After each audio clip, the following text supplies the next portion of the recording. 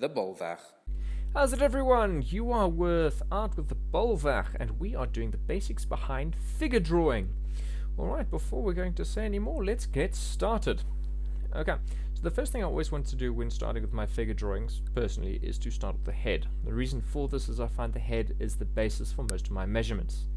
So once I've drawn the head in, I start building up the neck, and I get the where the shoulders are. Now your shoulders are normally half a head's width away from the edge of your head.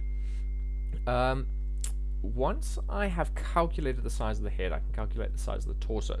Starting with between the collarbones down to the bottom of your torso, your torso is normally about 2 heads long. With the middle being just your navel, your sternum, and that would be 1 head width down, and then another head length down to the base of your torso. Now once you've gotten your torso, you can calculate the length of your legs. You see, 1 torso length is 1 leg half. With drawing my limbs, I do also like to basically work with a stick figure style. Here you can see with the arms, I've measured each arm segment according to the height of my head. Once again, you see I'm constantly using the head as the basis of my measurements.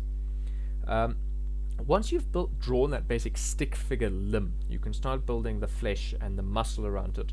With regards to drawing that flesh and the muscle, you can sort of start with a bubble type shape, but you're going to have to, through experience of drawing people, and not just out of your imagination, but drawing visual images of people, you'll start to learn where the particular muscles are. This is something that is going to have to be determined by practice.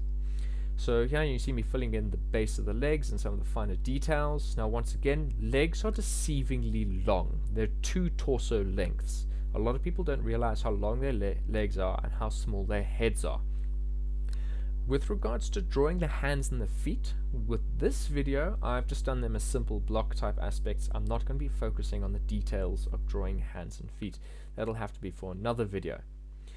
Now, just to comparison's sake, of course, you've got men and women have different figures, different body shapes. So I'm just doing a woman here for comparison. You're still going to have that same aspect where the shoulders are half a head width apart from the side of the head. You're still going to have that the torso and the arms are 1 head height, well, the arms are 1 head height per half, and the torso is 2 heads heights for the whole length. Not starting from the chin, starting from the collarbones. But the one thing that is definitely different with women's figures is your shoulders are ever so slightly narrower. You have that indentation underneath the ribs as the hips are coming up, and your hips are slightly wider. You also, on average, have a smaller amount of muscle tone on women. This is something you'll definitely notice when you practice drawing women more.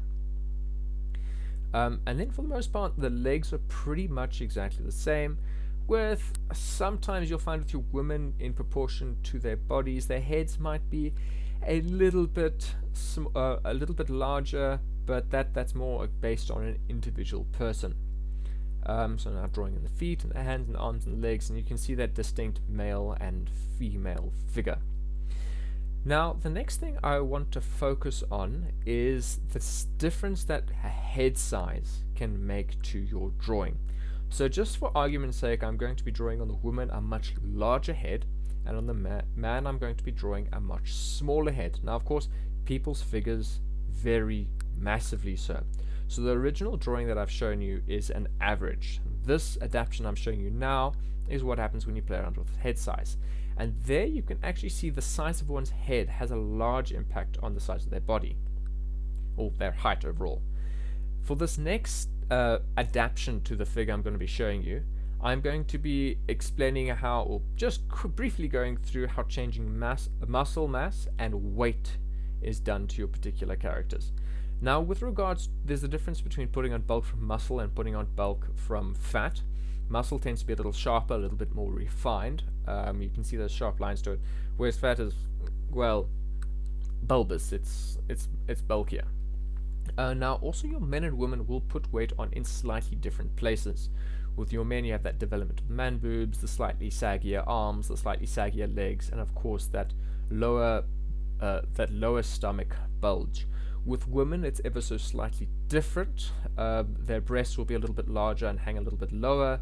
Their hips will be broader. Their thighs are going to be broader, and also your arms are going to be ever so slightly thicker as well.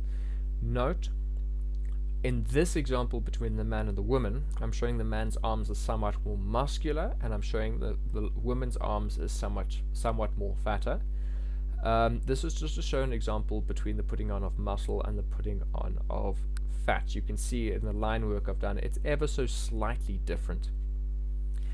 But anyway, so this is the very basic, your standard standing up figure drawing. I haven't taken any perspective. I haven't done any foreshortening apart from the hands and the feet. I am going to have another video coming out shortly. But in the meantime, I hope you enjoyed this video. Please feel free to leave comments, share this, subscribe, like it, and have an epic day.